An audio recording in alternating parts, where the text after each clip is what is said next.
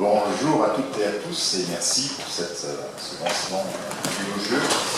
On va attaquer directement parce que je pense qu'on risque d'avoir beaucoup de choses à se dire. Je vais essayer de parler dans le micro, parce que d'habitude. Et préalable, oui, ce que je voulais dire.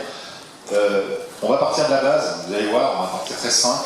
L'idée, c'est pas de vous montrer, je crois qu'il va y avoir une formule, c'est une multiplication, donc on va pas mettre le... L'idée, c'est pas de vous parler de technique pour vous parler de technique, c'est de revenir aux principes, aux fondamentaux, et de vous expliquer pourquoi on peut peut-être aborder l'électricité à bord des bateaux de façon différente. Nicolas, oui. On peut commencer? Alors, ça c'est juste pour vous mettre dans le bain, c'est des morceaux choisis, alors ne cherchez pas le vôtre, c'est des choses qu'on a tous entendues au coin d'un ponton. On entend beaucoup de choses. Là-dedans, il n'y a pas que des inepties, hein. Il y a des choses qui sont frappées du bon sens, il y en a d'autres qui sont plus discutables. D'une manière générale, ce que je voulais étayer par ça, alors je ne garantis pas déjà qu'elles aient toutes été entendues stricto sensus, mais vous me pardonnerez, je pense que vous comprendrez l'esprit. Ce que je voulais dire par là, c'est qu'on entend beaucoup de choses. Vous entendez beaucoup de choses quand vous allez sur les stands des différents fabricants, installateurs, etc. Il y a des gens qui viennent me voir et qui disent « mais le problème c'est que vous nous dites ça, mais il y a 5 minutes on a dit autre chose, et dans 10 minutes on dit autre chose ». C'est vrai. Et c'est pour ça que je disais tout à l'heure dans le lancement que l'objectif de cette présentation, c'est pas de vous dire que la solution est Shepard. Alors j'aimerais bien que vous en arriviez à cette conclusion-là, mais c'est pas ça mon objectif. Et d'ailleurs, on en parlera à un moment donné, tout à fait à la fin. Je suis pas là pour vendre quelque chose, je suis là pour essayer de partager ma vision. Alors, on parlait tout à l'heure de solutions, je sais pas. Je vais vous dire comment moi je vois les choses, très humblement. Je pense avoir quelques notions, et voilà, et répondre à vos questions à la fin. Bien. Alors, on va revenir aux super fondamentaux. Parce que je me suis rendu compte en préparant cette présentation, alors qu'il suit d'autres, j'en fais de temps en temps, qu'il est important qu'on soit d'accord sur le tout début. Le tout début, c'est qu'il y a des équipements. Quoi ? Les équipements, c'est des trucs qui font des choses. C'est des moteurs, c'est des pompes, c'est une centrale de nav, c'est un pilote automatique, c'est de la lumière, c'est ce que vous voulez, c'est quelque chose qui va consommer. Alors là, on parle d'équipement électrique. Si c'est une pompe à main, ça marche pas. Enfin, ça marche pas, ça marche, mais ça n'a pas beaucoup d'intérêt. Et en face, on a une alimentation électrique. Parce que si c'est un équipement électrique, il va falloir qu'on l'alimente. Et les alimentations électriques, c'est des choses que vous connaissez sûrement sur les bateaux. Bon, il y a des générateurs ou des moteurs, il y a des éoliennes, il y a la prise de quai, il y a des panneaux solaires. Il y en a plein, il y en a d'autres, hein, des hydrogénérateurs, il y a tout ça. Et ça fournit une tension. Le mot qui est important, c'est celui-ci. Et la tension, c'est ce qu'il y a là. Alors, il y a quelques exemples, il y a du 12, il y a du 24. Tout ça, c'est des volts. Alors, accessoirement, il y a des DC et des AC. Alors, déjà, on va purger ça. DC, direct current, c'est des courants continus. AC, c'est alternative current, c'est des courants alternatifs.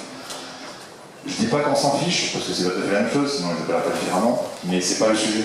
Et aujourd'hui, on va surtout parler de DC. Pourquoi? Parce que si vous voulez stocker l'énergie, on la stocke sous forme de courant continu. C'est pas du courant qu'on stocke, mais c'est en général quelque chose, c'est des batteries pour être le cas, et c'est quelque chose qui est plutôt continu. Mais dans l'absolu, retenez que de toute façon, soit du AC ou du DC, c'est pas tout à fait la même chose, mais fondamentalement, c'est quand même l'électricité. Le deuxième point qui est important, c'est qu'il y a des tensions qui sont différentes. Alors, les ingénieurs, les techniciens, ils sont un peu pervers parfois, ça arrive, j'en connais. Mais ils font pas ça juste pour s'amuser et dire tiens, on s'est tous habitués au 12, hein, on passe au 24. Quand tout le monde sera au 24, on va passer au 48, juste pour les embêter. Il y a des raisons, on va voir pourquoi tout à l'heure.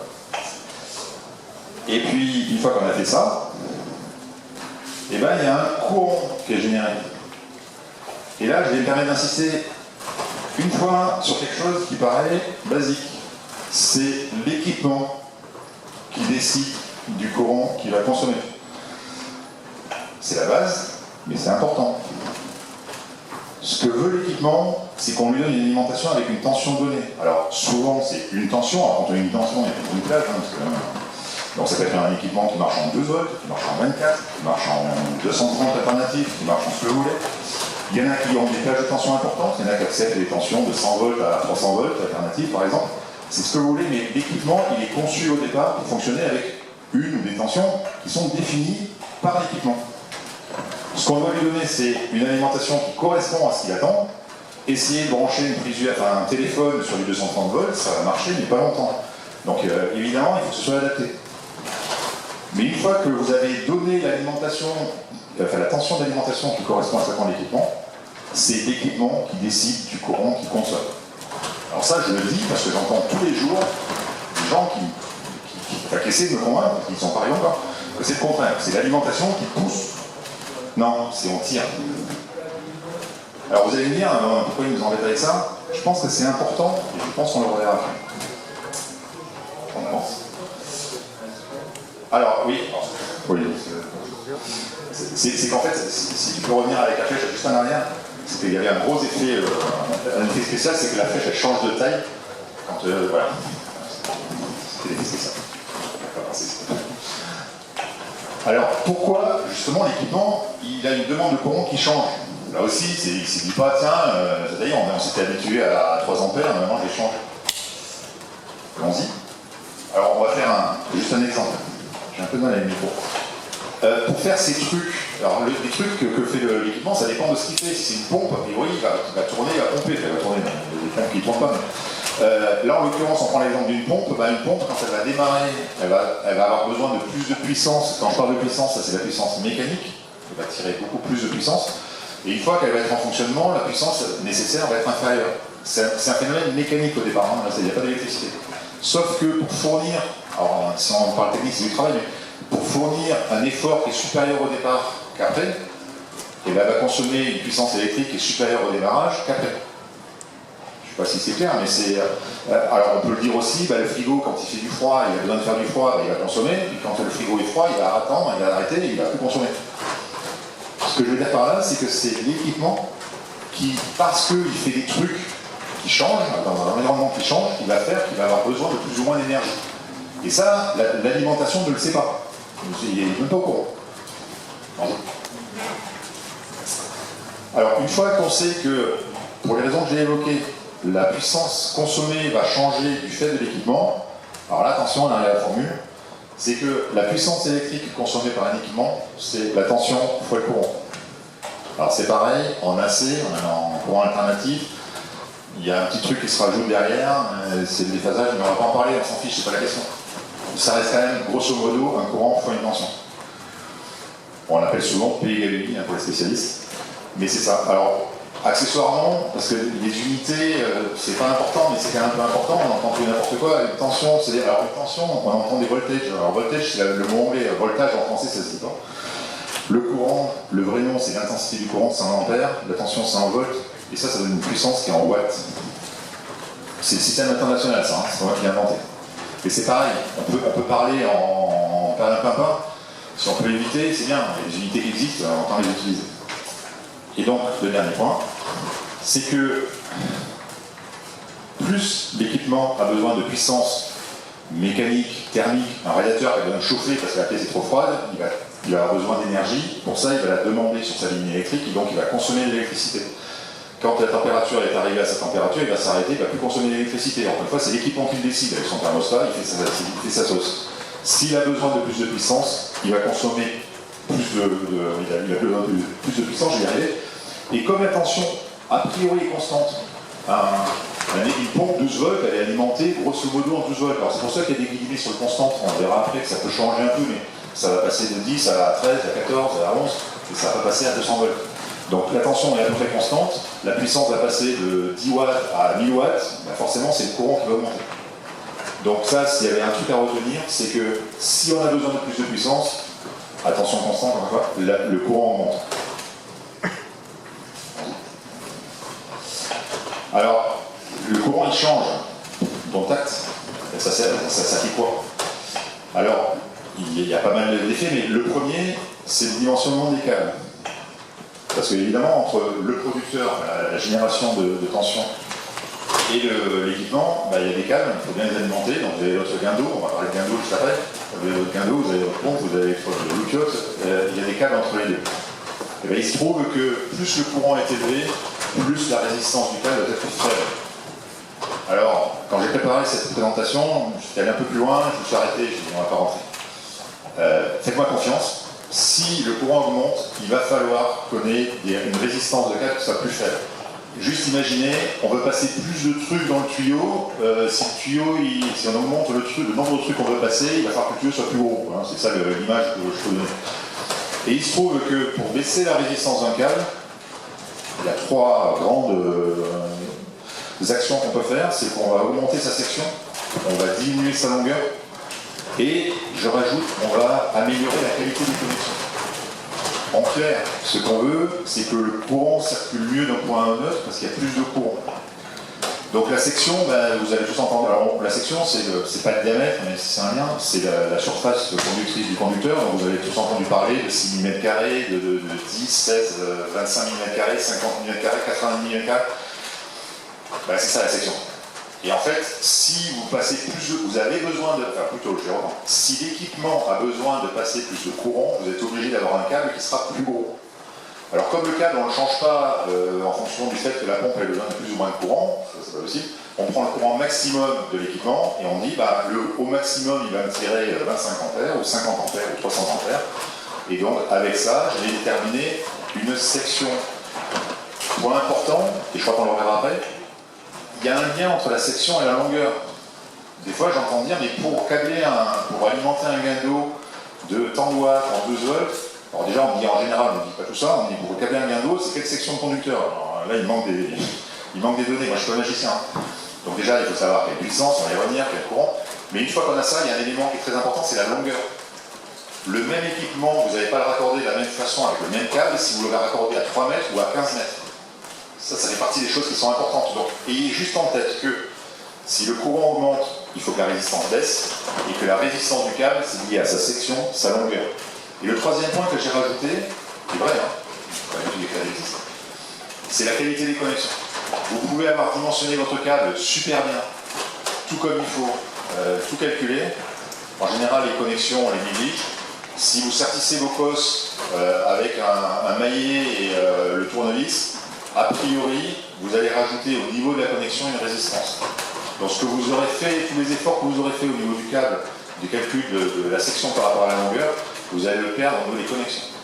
Et sans rentrer dans le détail, parce que je ne vais pas aller trop loin, c'est encore pire que le câble qui est mal dimensionné, parce que si le câble est mal dimensionné, on va avoir des pertes un peu sur toute la longueur, il va choper sur la longueur, après ça sera juste localisé.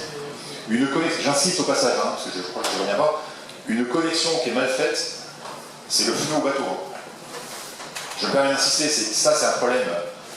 Là, ça ne marchera pas, enfin, vous pouvez mettre le feu, mais avant de mettre le feu parce que la section n'est pas bonne, il faut vraiment que vous y soyez fort. Par contre, ça, mettre le feu, ça se fait facilement. Donc, quand vous faites des connexions, surtout si vous avez des courants élevés, ayez en tête. Si vous passez 1 ampère, c'est pas très grave, c'est pas grave, mais c'est moins grave. Quand vous commencez à taper des 25, 30, 50, 100 ampères, 200 ampères, la qualité des connexions devient souvent un des problèmes. Voilà. Mais encore une fois, l'idée c'est de retenir juste le principe. Et donc on continue. Ça c'est, alors la courbe, regardez pas les courbes, les valeurs, c'est juste pour donner l'ordre de grandeur. Ça c'est un câble de 6 mm², pardon. Alors 6 c'est pas très gros sur un bateau, Alors il y a 3 courbes, ne vous embêtez pas, il y a une courbe, parce que les normes imposent différents types de tension, peu importe, prenez celle que vous voulez, la bleue par exemple. La bleue elle veut dire que un câble de 6 mm², si vous voulez passer 50 ampères, vous êtes limité à 2 mètres, je sais pas si c'est 2 mètres et quelques. Donc 6 mm², vous avez le droit, mais il ne faut pas dépasser une longueur de 2 mètres. Si vous voulez aller à 10 mètres, vous êtes limité à 10 ampères. C'est comme ça que ça se fait. Ici on avance. Ça c'est la même courbe avec une section de 50 carrés. Donc là, bon, ça fait un peu saut. On prend toujours la même courbe bleue pour être équivalent. Là vous voyez que, alors à 2 mètres, vous êtes limité parce que en fait les normes interdisent de dépasser 200 ampères, 350 ampères, 325. Mais si vous voulez passer 250 ampères par exemple, vous pouvez aller jusqu'à 7 mètres ou 8 mètres. Et si vous acceptez de ne passer que 100 ampères, vous pouvez aller jusqu'à 21 mètres. Ça c'est juste pour étayer le fait qu'on ne dimensionne pas les câbles au doigt plié. Il y a juste des formules. Alors ça, c'est pas des courbes, c'est pas un carac, c'est des courbes qui se calculent. C'est pas très compliqué. S'il y en a qui sont intéressés, ça se fait, ça s'est fait sur Excel. Et ça se fait facilement. Mais ce que vous devez retenir, c'est que plus le courant augmente, plus votre section de câble va être importante, mais que vous ne pouvez pas juste regarder le courant, vous devez aussi regarder la longueur. Et juste un détail, c'est que là, je ne sais pas si vous avez à lire, on parle de demi-longueur, la distance est là. Ça, c'est un piège dans lequel on tombe tous, je dis bien tous, pour la première, c'est quand vous dites mon guindeau il est à 10 mètres, vous avez 20 mètres de câble. Parce que vous avez un plus, vous avez un moins. La résistance, elle s'additionne, hein. Vous mettez deux résistances. C'est pour ça que pour éviter ce genre de choses, chez Shipper, systématiquement, on parle de ce qu'on appelle le demi-longueur. Parce que quand on me dit la demi-longueur c'est 10 mètres, je sais que c'est 10 plus 10. Ça c'est un détail, mais c'est pareil, c'est un détail. Vous voyez bien qu'avec les valeurs que je viens de donner, si vous plantez d'un rapport 2 sur la longueur, ça change un peu la donne. Alors tout à l'heure, j'ai évoqué qu'il y avait plusieurs tensions. Et j'ai dit que les électriciens ils étaient un peu tarés, mais ils ne faisaient pas ça pour le plaisir. On va essayer de voir pourquoi. Alors, j'ai pris un exemple parce que ça me paraissait plus simple. Un guindeau de 1200 watts de puissance pour remonter votre encre. J'insiste, c'est 1200 watts, c'est parce que vous avez un bateau de, alors, je ne me rends pas compte, de 10 mètres. Si vous avez un bateau de 300 mètres, a priori, 1200 watts, ça va pas suffire. Ce que je veux dire, c'est que cette puissance-là, elle est liée au truc que fait l'équipement. C'est pas, là aussi, c'est pas inventé, c'est mécaniquement, on a besoin d'un truc qui va remonter votre encre, et a priori, 1200 watts, ça va permettre de la remonter dans toutes les conditions.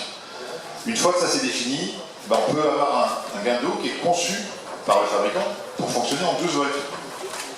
Ben comme vous avez bien retenu la formule tout à l'heure, si c'est en 12 volts, que j'ai 1200 watts, ben je vais avoir besoin, l'équipement va a priori demander 100 ampères. Pourquoi? Parce que 12 fois 100, ça fait 1200. Si le même fournisseur, notre fournisseur fournit un guindeau, toujours de 1200 watts, mais qui est alimentable en 24 volts, le courant qui va circuler dedans est de 50 ampères. Pourquoi? Parce que 24 à 50, c'est toujours 1200. Je rappelle, celui qui décide du besoin, c'est l'équipement, c'est le guindeau. C'est pas la source. Donc le guindeau, il a besoin de 1200 watts à un moment donné. S'il a besoin de 1200 watts, il va falloir qu'il les obtienne. Pour les obtenir, s'il a une alimentation en 12, 100 ampères, s'il a une alimentation en 24, 50 ampères. Facile. C'est pour ça que vous disiez, la formule n'est pas trop compliquée. Et donc si on avance, si on considère un équipement qui a une puissance, alors quand on dit puissance constante, c'est en général la puissance maxi. Alors je disais que ça variait, parce qu'on prend en compte, parce que sinon on s'en sort pas, c'est quelle est la puissance maximale de l'équipement. Donc si la puissance maximale c'est 1200 watts, si la tension augmente, le courant diminue. Alors c'est facile, hein, vous avez P égale UI, vous avez une constante égale à la tension sur le courant, et il y en a un mouvement quand il descend. C'est pas compliqué. L'effet, parce que toujours pareil, c'est pourquoi et donc, c'est que comme j'ai dit tout à l'heure, l'augmentation ou la diminution du courant joue sur le dimensionnement des câbles. Donc, je pense que là vous avez fait le lien. Pendant des années, on a fonctionné avec des circuits à bord qui étaient en 12 volts, parce que ça avait une automobile, c'est historique, ça allait bien à tout le monde, on avait des consommations qui étaient raisonnables, et puis on a vécu comme ça. De plus en plus, on consomme beaucoup, de plus en plus de densité de courant importante, et on s'aperçoit que les câbles ils commencent à devenir énormes. Moi, il y a des bateaux où on trouve des câbles avec 300 mm, et 300 mm, c'est comme ça. Hein. Ça commence à devenir compliqué, cher, compliqué, etc. Donc si on augmente la tension du bord, eh ben, on diminue le courant. Donc on diminue la section des câbles, donc on diminue le coût, le poids et la facilité de câblage. Parce qu'autant vous dire, quand vous passez un câble de 300 carrés, le rayon de courbure c'est quelque chose. C'est lourd, c'est... Donc c'est pour ça que de plus en plus vous avez des bateaux qui sont équipés en 24 volts, et même de plus en plus en 48 ou en 96 volts, notamment pour les motorisations électriques. Un moteur électrique, ça fait quelques kilowatts, donc quelques milliers de watts. Quelques milliers de watts, vous imaginez en 12 volts ce que ça peut représenter. Ça va représenter voire des milliers de coups, des milliers d'ampères. Hein. Des milliers d'ampères, là on n'en joue plus. Quoi. Donc pour arriver à avoir des courants qui restent raisonnables, ce qu'on fait, c'est qu'on augmente la tension. C'est pour ça, sur les bateaux, alors c'est pour ça d'ailleurs que chez nous, on est en 230 volts, hein. C'est aussi pour ça, c'est que quand on a des puissances de 10 ou 15 ou 50 kW, bah, pour avoir des câbles qui soient de taille raisonnable, c'est pour ça d'ailleurs que chez vous, vous avez des câbles en 2,5, en 6 carrés, en 10 carrés, mais vous avez rarement du 35 carrés chez vous, enfin moi j'en ai pas. Pour une raison simple, c'est pas parce que je consomme moins chez moi que sur le bateau, c'est simplement que la tension est plus élevée, donc les courants sont plus faibles. Je pense que c'est clair. On va continuer. Alors, là aussi, j'ai essayé de me poser les questions qu'on me posait. Alors, des fois, on me dit, ben, voilà, on va avancer. La question est posée. Est-ce qu'il vaut mieux un guindeau qui consomme 1200 watts pendant 2 minutes ou un éclairage de 1 watt pendant 12 heures? Alors, il y a un piège, normalement, vous voulez savoir, vous dire, là, je ne vais pas me faire avoir. Alors, la réponse, tout de suite. réponse, c'est que c'est le premier que je préfère. Enfin, je préfère, c'est qu'il va moins consommer d'énergie. Alors, je me permets de m'arrêter 2 secondes, c'est un peu contre-intuitif, mais c'est très simple. C'est qu'en fait, alors on va avancer juste sur la suite pour voir. Ce qui m'intéresse, c'est pas tellement la consommation de mon équipement pendant un certain temps. On peut consommer beaucoup pendant 2 minutes. Moi, si vous me demandez de courir à fond pendant 2 minutes, je ne dis pas que je vais battre le 100 mètres, mais je vais courir, je vais me décarcasser, bon, et puis après, 2 minutes après, je vais souffler pendant toute la journée. Par contre, vous me demandez de courir pendant 12 heures à petite foulée, a priori, je ne vais pas y arriver. Mais là, c'est un peu pareil. Je vais consommer beaucoup plus d'énergie à courir en petite foulée pendant 12 heures qu'à courir à fond pendant 2 minutes. Je ne sais pas si la métaphore est bonne, mais c'est ça l'idée. Et pourquoi? Parce qu'en fait, ce qu'on regarde, c'est l'énergie consommée. Tout à l'heure, j'ai parlé de courant, enfin de tension d'abord, après de courant, des volts, de l'ampère, de puissance, des watts. La puissance, c'est ce que j'ai besoin de faire là tout de suite. Et comme je l'ai dit, ça varie en fonction du temps, parce que le courant, le truc à faire, comme je vous disais, varie.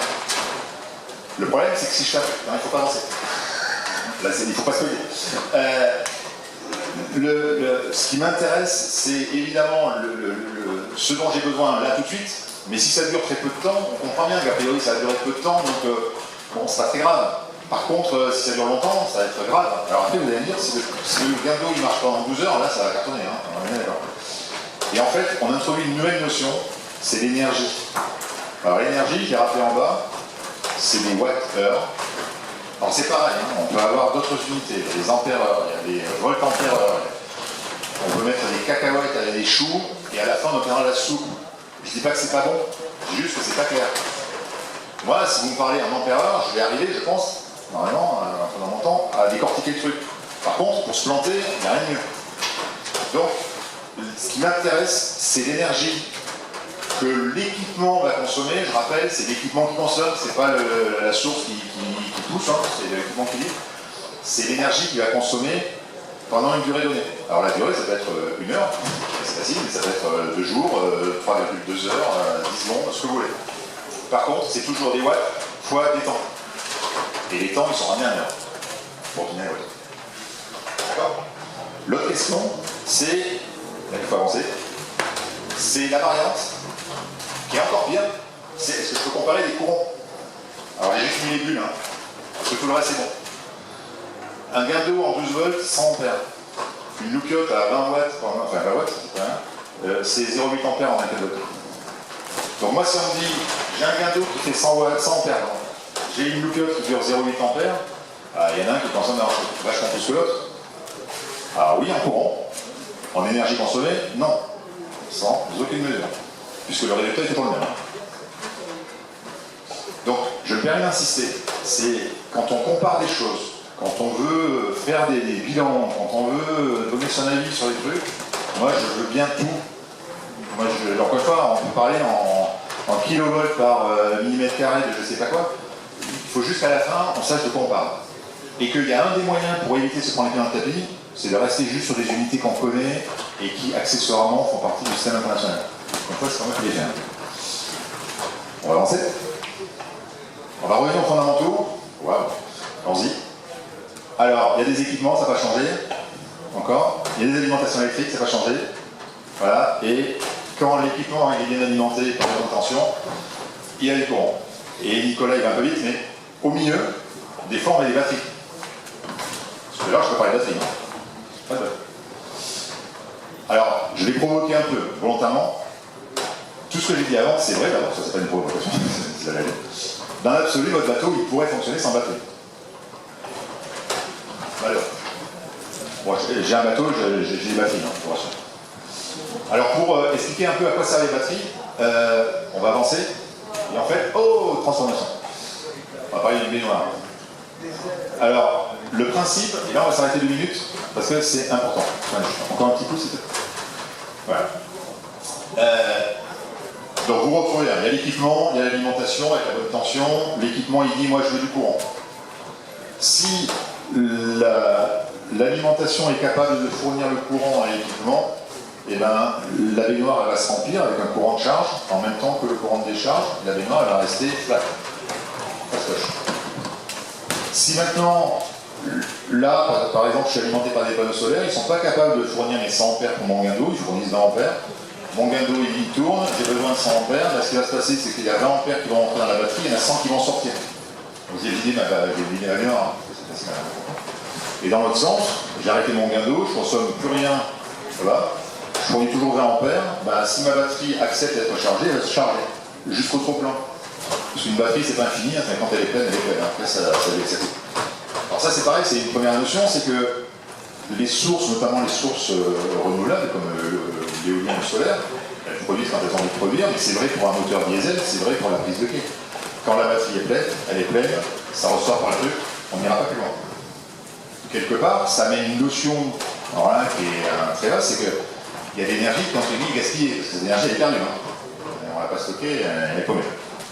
Ça, c'est le premier point. Le deuxième, c'est que pour mesurer, mesurer ce qui se passe dans une batterie, on utilise des shunts, souvent, c'est un terme que vous avez peut-être entendu. En fait, ce qu'on va regarder, c'est qu'est-ce qui rentre, enfin, c'est pas tout à fait ça. On va regarder le courant résultant du courant de charge et du courant de décharge. Je m'explique. C'est que sur un bateau, contrairement à plein d'autres applications, on a les deux simultanés. C'est-à-dire qu'on a les panneaux solaires qui chargent et les équipements qui consomment simultanément.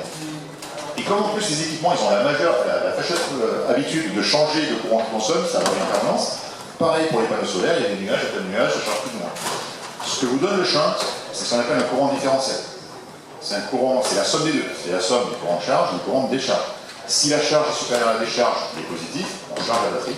Si c'est le contraire, on décharge la batterie, il est négatif. Par contre, à partir du courant différentiel, savoir quel est le courant de charge, moi je ne sais pas faire. Alors je suis peut-être idiot, mais moi je ne sais pas faire. Un shunt de batterie, par défaut, il vous donne uniquement la différence entre les deux. Ça c'est pareil, il faut arriver à le... C'est pas compliqué, hein, ça me paraît pas compliqué. Il faut juste savoir et éviter de cumuler les choses. Et on va avancer pour parler d'une autre notion. Vous avez certainement entendu parler de SOC et de SOH. SOC, c'est marqué en bas, hein. C'est state of charge et state of health. Alors la métaphore, elle vient là. C'est le SOC, on va vous dire, la batterie, elle est remplie. Donc quand elle est pleine, jusqu'au plein, elle est à 100%. Et quand elle est vide, elle est vide. Donc ça va entre 0 et 100%. Vous avez certainement entendu parler du SOH. Le SOH, c'est la capacité de la baignoire. La baignoire, elle est plus ou moins grosse. Donc vous l'achetez, elle fait 100 ampères, par exemple. Avec le temps, elle va vieillir. Alors en fonction de plein de paramètres. Elle va vieillir. Et en fait, ces dimensions vont se restreindre. Alors il y en a qui disent ça s'entarte. Alors c'est pas du tarte dans la batterie, hein, c'est l'image. Les dimensions vont se réduire. Et donc ça veut dire que vous aurez toujours un SOC qui va varier entre 0 et 100%. Par contre, le SOH va varier lui aussi entre 100%, qui est la capacité nominale. Alors théoriquement jusqu'à 0, en général il se passe des choses avant 0, mais ça va réduire. Donc ça veut dire que vous pouvez avoir une batterie de 100 ampères qui a un SOH de 80%, quand elle est à 100% de SOC, je suis désolé, elle est pleine, vous ne pouvez pas en mettre plus, parce que de toute façon le niveau il est trop plein, et par contre sa dimension est que de 80% de ce qu'elle était au départ. C'est ça que ça veut dire le SOC et le SOH. Pas plus compliqué. Hein. Alors en pratique, encore une fois, le SOC il varie en fonction des cycles de charge et de décharge. Le SOH, normalement, il ne doit faire que décroître. Alors de temps en temps, il y a des anomalies un peu, parce qu'on peut régénérer un peu, mais grosso modo, le SOH, il faut partir du principe qu'il est à 100% au départ et qu'il décroît. Alors après, vous allez me dire, à quel SOH il faut que je change de batterie un certain pourcentage. Donc, en général, ça dépend des technos, c'est pas un thème, mais ça dépend des technos, puis je ne sais pas si j'ai des batteries. Je pense que jusqu'à 70 à 60%, à mon avis, la batterie elle peut tout à fait fonctionner. Je crois que c'est à peu près tout pour ce slide-là. Et on va passer à la suite parce que c'est là-dessus que je voulais avancer. Non, pardon, est-ce que tu peux revenir en arrière sur ce que j'ai dit là. Ce que je voulais dire, c'est que... Oui, excusez-moi, c'est bien fait. Je vais expliquer comment ça fonctionnait. L'élément qui est important pour la suite, c'est que de toute façon, il va falloir qu'on produise plus d'énergie, enfin au moins autant d'énergie, mais c'est pas plus, il va falloir qu'on produise autant d'énergie que ce qu'on va consommer. Alors là, je mets les pieds dans le plat, parce que c'est un truc, ça va faire hurler certains. Il n'y a pas de miracle. Et ce dessin, il a ce mérite-là, et c'est pour ça que c'est dommage que j'ai oublié. C'est que de toute façon, si à un moment donné, vous consommez plus que ce que vous produisez, vous allez taper dans la batterie. Vous pouvez doubler, tripler, mettre une piscine olympique là.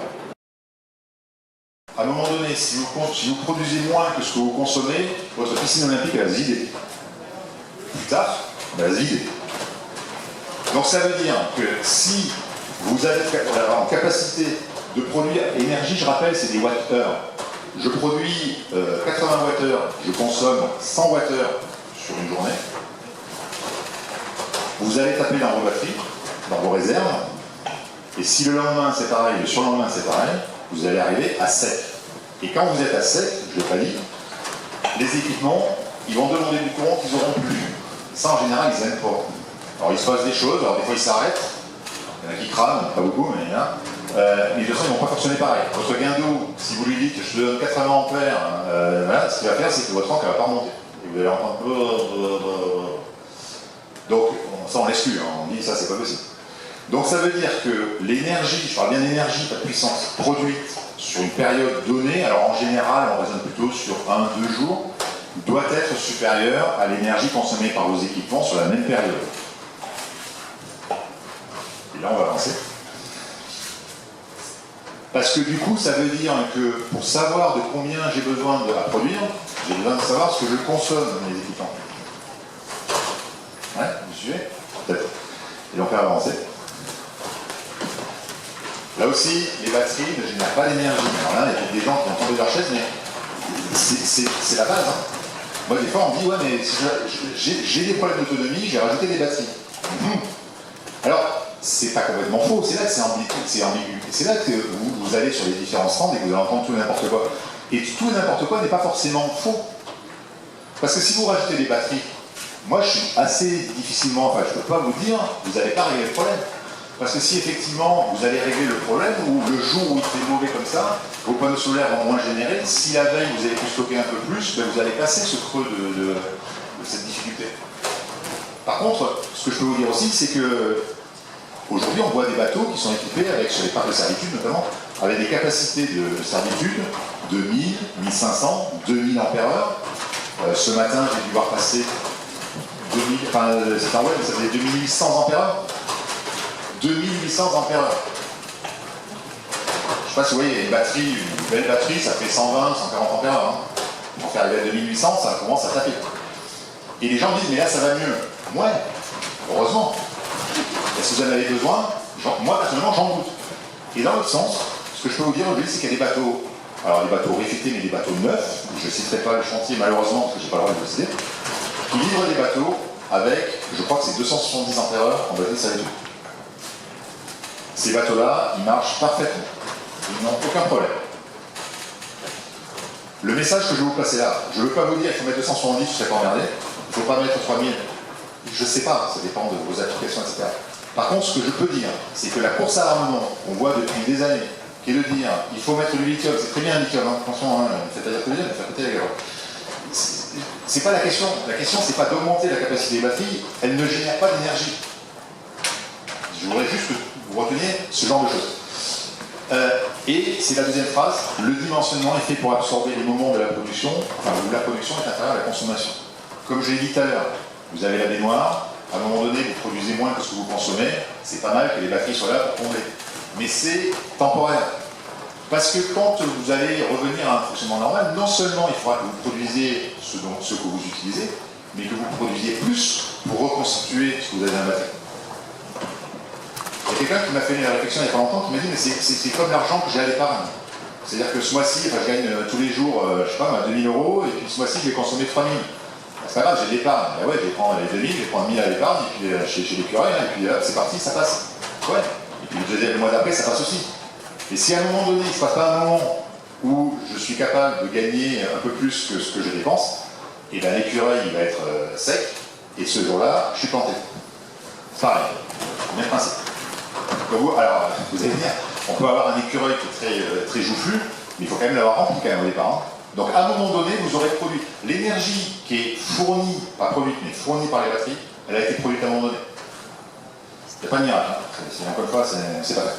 Si on continue, Nicolas. La quantité d'énergie produite ne peut pas être structurellement inférieure au consommé, enfin à l'énergie consommée. Alors c'est le structurellement qui est important. Et c'est là qu'on peut faire dire tout et n'importe quoi. sur une période de 5 minutes, vous pouvez très bien dire, je produis 100, je consomme 200, ou 300, ou 1000. Ouais, c'est les batteries qui vont servir à compenser ce que j'ai déjà. Donc je vous dis pas que c'est idiot, moi j'ai des batteries qui sont de tout. Mais encore une fois, ce qui est important, c'est que sur une période moyennement longue, il faudra que vous arriviez à produire ce que vous avez consommé. Vous y échapperez pas. Ni vous, ni personne, ni moi. Et le dernier point, c'est un truc. C'est un peu la conséquence, c'est que de toute façon, si vous voulez dimensionner correctement à la fois votre production d'énergie, mais aussi le stockage, savoir quand est-ce que j'aurai des points bas, parce que c'est du solaire et que la nuit ça ne produit pas et que c'est normal, et bien oui, il faudra que pendant la nuit, ce soit les batteries qui compensent l'énergie solaire, on est d'accord, pas de souci là-dessus. Mais pendant une nuit, pas pendant 15 minutes, avec 7 kW de batterie, je pense que ça peut aller loin. Voilà, c'est ça le message. On continue. Alors, on va rentrer un peu plus dans le détail. La consommation des équipements, parce que je viens de dire, il faut connaître la consommation des équipements, donc on va dire, voilà, on passe coche. Alors on y va. Et là on s'arrête. Alors réfrigérateur, j'aime beaucoup le réfrigérateur. Il y a d'autres trucs qui sont très bien aussi, c'est le pilote. Mais l'inconvénient du pilote, c'est que ça varie tellement que bon, c'est pas facile. L'avantage du réfrigérateur, c'est qu'il est vachement régulier dans son irrégularité.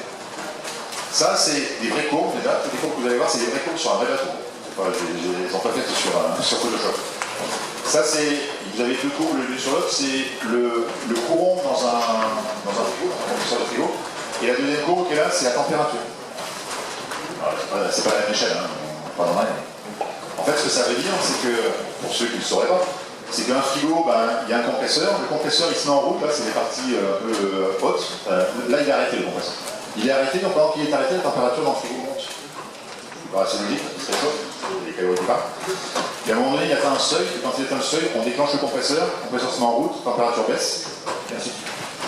Ça, c'est le fonctionnement d'un frigo, alors je ne pourrais pas dire là, mais à mon avis, le frigo que vous avez sur votre bateau, il fonctionne comme ça. Hein. Donc voilà, très bien.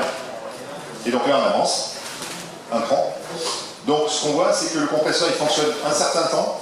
Bon, ça, c'est pour les gens de la génération, c'est le fil du canon. Hein. Là, il y a un certain temps où il fonctionne, et puis il y a un temps où il ne fonctionne pas. Et le temps, c'est un certain temps. Voilà, j'ai pas mieux. Ensuite, quand il fonctionne, parce que là aussi, on entend beaucoup de choses, on entend, ouais, mais quand il fonctionne, je sais combien il consomme en frigo. Ah bon? Déjà, quand il démarre, il est là. Donc là, il est à pas loin de 6 ampères, on voit. Et puis, il descend, il y a bien un ampère de différence. Pourquoi? Parce que quand il démarre, il a un effort mécanique à fournir. C'est pareil, c'est lui qui décide. Donc il a un effort mécanique à fournir, il commence à tourner, il consomme, je sais pas, presque 6 ampères. Et puis après il tourne, l'apport en calories est moins important et donc on consomme un peu moins. Donc le courant, pendant que ça fonctionne, il varie sensiblement. Ensuite il n'est pas constant d'un cycle à l'autre. C'est-à-dire que vous voyez que là, il monte à 5,8, et puis là, il est à 6,2, et puis là, il est à 6, je sais pas combien, et puis là, il est un peu moins. Voilà. Bon. Et là, c'est. Alors, l'échelle de temps, je ne sais pas si vous voyez, mais grosso modo, un cycle de frigo, alors ça dépend des frigos, par contre, ça dépend des thermostats, ça dépend des frigos, mais c'est facile, c'est 20 minutes, une demi-heure, enfin, ça dépend entre 15 minutes et une demi-heure, certainement qu'ils sont en dessous et au-dessus, mais c'est ça la maille. Hein. Là, on est sur un quart d'heure, il ne s'est pas passé 4 jours entre les deux. Hein. C'est pas, là il faisait 20 degrés, là il fait 10 degrés, hein. Non, c'est un quart d'heure d'intervalle. Donc a priori, on peut supposer que pour le frigo, on est à peu près dans les mêmes conditions. Ensuite, oui, alors c'est ce que je veux dire, c'est que ça c'est à un moment donné, donc c'était autour de midi, à certains jours, vous regardez, on va le voir après, vous regardez 2 jours avant ou 3 jours après, et vous allez avoir quelque chose qui n'a rien à voir. Voilà. Et le dernier point, voilà, vous avez 2 heures. C'est quelle est l'énergie consommée depuis les 24 dernières années. Alors on va vous aider, on va appuyer sur le bouton. Voilà. Alors l'énergie, c'est pas forcément évident, mais c'est grosso modo c'est la surface des zones en rouge. Alors pour les spécialistes, pardonnez-moi, on fait une petite raconter, parce que là on parle du courant, c'est pas le courant, c'est la puissance, mais c'est un peu le même principe. C'est-à-dire qu'en fait on va devoir calculer quelle est cette surface-là. Alors moi, les gens qui me disent, je sais combien d'énergie consomme mon frigo, je leur dis, super quoi. Moi, je sais pas faire, hein, ça de tête. Hein. Même là, sur 1 heure, comme ça, vous me laissez 2 heures, hein, je sais pas si je vais y arriver. Voilà. Et on va continuer. Ça, toujours pareil, c'est les mêmes courbes, hein, c'est des vraies courbes. Hein. d'un vrai bateau. Hein. Ça, c'est la même chose que ça, mais sur une période un peu plus grande. Et de mémoire, sachant qu'un trait, c'est à peu près allez, 20 minutes, vous avez 3 traits par heure, ça va faire à peu près une journée. Alors, j'ai pas vérifié. J'ai pas vérifié, hein, mais c'est l'ordre d'idée. Quand je vous disais que ça variait, ça c'est une journée. Donc quand je vous dis que ça varie, là on est à 6, on est presque à 7 ampères, enfin, presque 8, hein, et là on descend, on est à 5 ampères. Vous voyez aussi que la largeur, c'est un peu ce qu'on veut, hein. On a des trous là où ça consomme pas beaucoup, enfin on est arrêté assez longtemps, et puis là par contre ça tourne très régulièrement. Donc vous faites ça, et appliquez à ça. Et puis là ça c'est pas fini, parce que sinon c'est trop simple. Ça, c'est la courbe de la tension qui correspond, alors c'est 5 jours, c'est un peu plus sur là. Et là, ce qu'on voit, c'est la tension du frigo. C'est que la tension du frigo, alors c'est pas la tension du frigo, c'est la tension d'alimentation du frigo, c'est-à-dire la tension de la batterie de servitude. Et ça, c'est la tension, on voit qu'on est à 14 là, 12 là. Et accessoirement, on voit aussi que la tension de la batterie de servitude, dans la nuit, c'est-à-dire qu'au petit matin, elle est assez basse, parce que pendant la nuit, la batterie s'est plutôt déchargée, puisque c'est alimenté par les panneaux solaires, en l'occurrence, sur ce bateau-là. Et donc la tension a tendance à chuter. Et elle remonte le matin parce que les panneaux solaires commencent à être actifs. Elle est en pleine charge, la batterie, le MPPT est en train de charger à fond la batterie. Puis après elle est chargée, elle est en floating. Hein. Et puis là il n'y a plus de floating parce qu'il n'y a plus de soleil. S'il n'y a plus de soleil, la tension va chuter. Je ne suis pas en train de dire qu'avec ça je suis capable de connaître le SOC de la batterie, je suis juste en train de dire que ça c'est la tension de la batterie et que juste en voyant cette courbe là, je peux vous dire que c'est alimenté par les panneaux solaires. Ça c'est la tension. Et comme vous avez bien écouté avant, vous savez que la puissance consommée par le frigo, par n'importe quel équipement, c'est la tension fois le courant. Donc, je reprends, si vous voulez calculer, répondre à la question là, il faut prendre sur les dernières 24 heures, vous regardez le courant, à chaque instant vous multipliez par la tension, et vous obtenez une courbe qui est vachement plus compliquée que ça, et vous me calculez l'air qui est en rouge. Ça, c'est l'énergie consommée par le frigo. Je répète, quand on me dit, moi je sais ce que consomme dans le frigo, je dis bravo. Bravo les gars. C'est bien, c'est pas simple au départ. Alors comment on peut faire? Parce que je dis que c'est pas simple, mais vous doutez quand même une petite idée. On va avancer. Alors il y a une première solution qui fonctionne et qui est simple, c'est de dire, ce qu'on va faire, c'est qu'on va rajouter un shunt supplémentaire. Celui que vous avez de base sur un BMS, pour ne pas employer le nom commercial, c'est, comme je vous disais, il calcule le courant différentiel. On pouvait pas, ça ne suffit pas. Ça, on peut ça va pas. Par contre, vous rajoutez juste un shunt sur la partie consommation, le point commun au départ, qui va alimenter tous vos équipements. Vous aurez le courant, vous aurez grosso modo la tension, pas tout à fait vrai, mais bon, on prend la compte. Et vous aurez, ça c'est une vraie courbe aussi, de puissance consommée, globale. C'est le bateau qui consomme ça. J'ai même pas mis les unités, voilà. Ce qu'il faut voir, c'est que c'est une forme, alors c'est n'importe quoi, hein, parce que vous additionnez la courbe du frigo, déjà j'ai expliqué qu'elle n'était pas simple, mais vous additionnez le gain d'eau, la centrale de nave, la pompe de douche, le groupe d'eau, et j'en passe et des meilleurs, vous tuez, et vous obtenez ça. Et, il faut pas avancer plus. Et, non, mais vas-y, Nicolas. Voilà, ça c'est bon.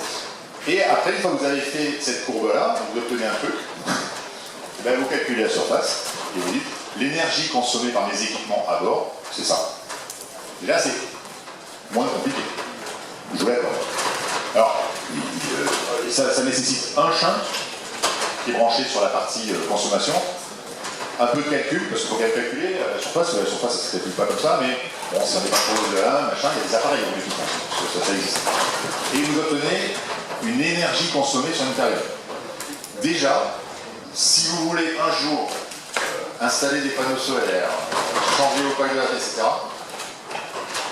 mon avis, ma préco, c'est aller chez V quelque chose ou Master quelque chose, vous achetez un shunt, vous le mettez sur votre sortie de consommation, vous regardez la puissance consommée sur une période, vous faites ça sur une journée, sur 2 jours, sur 3 jours, et là ça vous donne une idée, parce qu'évidemment la puissance consommée elle va changer en fonction de vos usages. Vous remontez l'encre, vous mouillez 4 fois comme des sacs en même expression, et puis vous remouillez, vous allez consommer plus que le jour où vous êtes passé au port, hein, bien d'accord. Et j'insiste, d'ailleurs, au port ou pas au port, c'est ce que vous consommez, hein. C'est pas ce que vous produisez. Ce qui m'intéresse, c'est ce qu'on consomme. Donc ça marche. Et puis après, on peut aller un peu plus loin, et on peut regarder ça par circuit ou par groupe de circuits. Et là, on en revient, on retrouver la courbe de tout à l'heure. Là, c'est le frigo. Vous faites ça pour le frigo, vous faites ça pour le gain d'eau, vous faites ça pour la centrale de nave, etc. Et là, l'avantage, c'est que vous aurez, alors au final, vous aurez la même chose, normalement, c'est l'objectif. Par contre, vous saurez identifier s'il y a des dysfonctionnements. Parce que, je reviens 2 secondes au frigo, je fais une fixette là-dessus. Le frigo, ça c'est un frigo qui fonctionne bien. Je ne l'ai pas dit peut-être tout à l'heure, mais les frigos, ils ont la triste habitude sur les bateaux, c'est que c'est pas des choses qui sont comme à la maison, serties en usine, qui sont, souvent il y a des raccords, donc il y a des fuites de gaz, j'appelle ça de l'argon, enfin du fréon, comme avant, mais je ne pense pas que c'est différent, du gaz frigogène à l'intérieur, il y a des fuites. Ce qui se passe quand votre frigo fuit, quand le gaz c'est que il a plus de mal à générer des frigoriques, c'est-à-dire que là où il tournait, je sais pas, 30% ou 40% du temps, il va tourner plus. Donc ce que vous allez voir sur les courbes, c'est que ces pics-là, ils vont durer plus longtemps, et là, la période basse va durer moins longtemps. Vous allez me dire, je m'en fous parce que le rosé est frais. On est d'accord. Mais le problème, c'est que pendant ce temps-là, l'énergie consommée, vous vous rappelez, c'est le pied, je pense. Voilà. L'énergie consommée, c'est la période rouge. Si vous vous rendez compte que le cycle n'est plus, enfin, ce qu'on appelle le rapport cyclique, il n'est plus à 30%, il est à 70, 80 ou 90, vous consommez jusqu'à 3 fois plus. 30, 90, c'est 3 fois plus. Alors, vous pardonnerez parce qu'il va y avoir des effets de bord là-dessus, je ne connais pas la courbe, etc. dans ces cas-là, mais l'ordre d'idée, c'est ça. Donc, le frigo, quand ça fonctionne bien, et l'élément qui consomme le plus à bord, ben, vous avez l'élément qui consomme le plus à bord, qui consomme 3 fois plus que d'habitude. Moi, ça m'interroge. D'autant que vous ne le savez pas. Parce que le rosé est frais. Et d'ailleurs, tous ceux à qui c'est arrivé, ils l'ont su. Enfin, moi, ça m'est arrivé, personnellement, sur un bateau. C'est un jour, on ouvre le frigo, et on dit, alors en général, ça commence à, quel est le con qui a coupé le frigo? Donc là, il n'y en a pas. Maintenant, il est toujours sur on. Qu'est-ce qui se passe? Rien, le frigo est en panne. Bon, on cherche, et au bout de 5 minutes, on s'aperçoit que le frigo, il y a un problème. Alors on appelle Rémi ou je sais pas qui, et puis il vient avec sa bonbonne, il nous prend 50 € et il recharge. Ça fait mal au dos, mais c'est réglé. Par contre, pendant le temps, entre le moment où ça commençait à fuir et le moment où on s'est aperçu que le rosé n'était plus frais, est-ce qu'il s'est passé 2 jours, ce que je vous souhaite, ou est-ce qu'il s'est passé 2 ans? Moi, j'en sais rien. Par contre, ce que je peux vous dire, c'est que si ça a duré 2 ans, malheureusement pour vous, c'est une petite fuite, pendant 2 ans, votre consommation a augmenté régulièrement. Et on ne parle pas de PM, on parle enfin, un frigo, vous avez vu les courants, c'est 6 ampères, 6 ampères, 30%, ça fait équivalent 2 ampères, 2 ampères en permanence.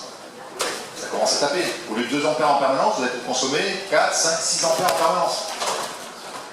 Derrière, on dit, ouais, mais moi si je rajoute des MPPT, ça marche mieux. Ouais, ça marche mieux. Est-ce que c'est nécessaire? Je ne sais pas. On avance. Alors en pratique, comment faire? Voilà, on va avancer. Est-ce que je vois que l'heure passe? Alors je vais vous parler pour la première fois de Shipper. Donc c'est un produit que moi je représente, je suis le président de la société qui a créé ce produit-là et qui l'a commercialisé. Il y a un slide, je ne vais pas vous brasser avec ça. Nous, ce qu'on fait, et pourquoi ça a été créé ce produit-là, c'était, alors on l'appelle une centrale de vie à bord parce que c'est le pendant de la centrale de nave. Aujourd'hui, en navigation, tout ce qui est vitesse du bateau, profondeur d'eau, etc., il y a plein de solutions qui existent, voilà, chez tous les grands de l'électronique marine. Et de mon point de vue, au moins, je pense qu'il y a tout ce qu'il faut. Moi, aujourd'hui, quand je suis sur un bateau, je ne suis pas embêté, il y a des traceurs, il y a des stylos, il y a des antennes, il y a tout ce qu'il faut. Là où je pense qu'il y a un manque, c'est tout le reste. Donc, on a réfléchi à qu'est-ce qu'on pouvait faire sur le reste. Et le reste, on l'a appelé centrale de vie à bord. Donc, centrale de nave, centrale de vie à bord. Et ce qu'on fait, c'est qu'on va ramener sur un seul équipement toutes les informations qui ne sont pas liées à la navigation. Donc c'est évidemment toute la partie électricité, les réservoirs, les capteurs, etc. Et surtout, j'insiste, tous les facteurs associés. Et on s'en rend compte tous les jours. Tous les jours, on nous demande des nouvelles fonctions en disant mais comme tu as ça et ça, tu vas pouvoir nous donner ci. Ouais. Si c'est pertinent, on le fait. Et on va avancer. Il y a 3 intérêts majeurs. J'ai mis sur un slide, donc je vous tiendrai. Le premier, c'est que dès que vous installez un système Shipper sur votre bateau, dans les heures de journée, après l'installation, vous savez qui consomme quoi à bord, et surtout s'il y a des équipements qui fonctionnent mal. Il y a un frigo, mais ça peut être des fuites de courant, ça peut être des choses comme ça. Ça, on va vous le dire très rapidement, en quelques, alors je sais pas, en 3 secondes, parce qu'il faut quand même s'attendre un peu, hein, vous comprenez bien qu'on ne peut pas le faire on n'est pas magicien. Par contre, très rapidement, au bout d'un jour, 2 jours, on commence à avoir des éléments et on peut déjà purger tous les trucs qui ne sont pas clairs. Après, le deuxième point, c'est vous voulez faire des investissements. Et là, je m'arrête 2 secondes. S'il vous plaît, vous n'allez pas me faire tenir, hein, donc, voilà, comme vous voulez. Si j'ai un vœu, alors que vous achetez Shipper, peut-être le premier, mais au-delà de ça, arrête, je vais dire comme ça, c'est un peu brutal, mais arrêtez d'empiler des équipements sur vos bateaux. Enfin, je vais le dire comme ça vient, je suis désolé de le dire sans priorité. Moi, j'interviens sur des bateaux toute l'année. Tous, on se retrouve sur des bateaux sur lesquels il y a des tables à cartes, c'est des avions-chasse. Il y a des voyants partout, il y a des cartes partout, il y a des applications Bluetooth, Wi-Fi, machin, truc, bidule. Moi, je rentre là-dessus, je dis la vache, je suis rien. Et à la fin, quand vous demandez au propriétaire, tu dis, mais bon, du coup, tout va bien, c'est bien. Mais non, en fait, c'est pas où j'en suis. Donc, mon sentiment, c'est pas forcément vous achetez Shipper, très sincèrement. C'est avant d'acheter le prochain équipement, posez-vous les questions. Demandez à des gens, essayez de. Ce que j'ai dit avant, c'est pas pour vous vendre le produit, c'est pour que vous ayez les clés, les questions à vous poser. Et revenez aux fondamentaux. Comme vous l'avez vu, il n'y a pas de formule compliquée. Alors, encore une fois, on a un peu raccourci parfois, je suis d'accord. Mais les principes, ils sont là. Donc, si vous devez faire des investissements, essayez de vous poser des questions. Et évidemment, si vous avez un shipper, l'avantage, c'est que vous aurez des données qui sont claires, qui sont lisibles, qui sont compréhensibles, et qui vous permettront, dans 6 mois, dans 2 ans, dans 3 ans, dans 10 ans, j'espère, de savoir ce que vous consommez, ce que consomment vos équipements. En fait, ce qui se passe à bord. Ce qu'on veut, nous, c'est fournir des informations de ce qui se passe à bord. Et donc, d'arrêter la course à l'armement, comme je l'ai dit tout à l'heure. C'est si votre problème, c'est votre générateur, votre MPPT qui ne fonctionne pas normalement, il faut régler le problème du MPPT. Ça sert à rien de rajouter des batteries. Si c'est le problème de batteries qui sont mortes, il faut régler le problème de batteries, il ne faut pas régler le problème de panneaux solaires, etc., etc. Et le troisième point, qui est peut-être le plus important, c'est que quand vous naviguez, normalement, alors pour beaucoup d'entre nous, c'est en vacances. Moi, je suis toujours un peu stupéfait de voir que les vacances, ça se transforme souvent en engueulade. Ça, malheureusement, je pense que c'est le plaisir de la navigation, ça, on aime ça. Mais c'est aussi de la tension, quoi. De la tension, en deux mots. Pas électrique, de la tension nerveuse. Et que quelque part, un système comme Shipper, l'avantage, c'est qu'il y a des clients qui nous disent c'est toi ton truc, mais moi je regarde plus. Alors au début, on était un peu vexés, on dit pourquoi? Il dit parce que je le regarde au début, j'essaie de voir ce qui se passe, et après, ce que je sais, c'est que le système il tourne. Et s'il y a un problème, 2 choses. 1, je vais être alerté tout de suite. Et 2, je saurai retrouver ce qui s'est passé. Puisque comme, je ne l'ai pas dit, je ne sais pas si j'ai dit, mais on enregistre toutes les données. Donc vous savez ce qui s'est passé hier, avant-hier, il y a jusqu'à 30 jours, et même depuis l'acquisition du système. Donc toutes ces informations-là, elles vous permettent après de diagnostiquer ce qui s'est passé sur le web. Donc ça veut dire que, de facto, quand on navigue avec un système comme ça, il y en a peut-être d'autres, hein, mais celui-ci, je le connais, c'est de naviguer de façon plus sereine. Nous, on joue beaucoup là-dessus parce qu'on estime qu'au XXIe siècle, il va quand même falloir qu'on arrête de savoir au doigt mouillé si on a assez de batterie ou pas. Et à la limite, je vous invite tous à réfléchir, vous avez tous manifestement des plaisanciers, comment aujourd'hui vous gérez votre autonomie à bord, comment vous savez si vous allez être emmerdé ou pas. Je suis prêt à parier, hein, je me mouille, qu'il y en a 9 sur 10 parce que je suis gentil. Ici, non, mais moi je sais, parce que je regarde ça, je regarde ci, machin, et je sais par habitude que si là j'ai ça, et que là j'ai carottes, et là j'ai shampoing, et c'est bon, je peux faire 3 jours. Mais vous n'êtes pas là, prenez le point de l'envers, vous n'êtes pas là, c'est votre frère, votre cousin, machin, qui prend la barre, qui skip le bateau, et lui il ne saura pas. Alors vous allez me dire, ça fonctionne, les bateaux ils flottent, il ne coule pas. Bon, au bout d'un moment, c'est bien quand même qu'on fasse autre chose. Voilà, c'est ça l'objectif de Shipper. Je crois qu'on doit arriver pas loin de la fin. J'ai une bonne chose, donc je vous remercie, je suis désolé.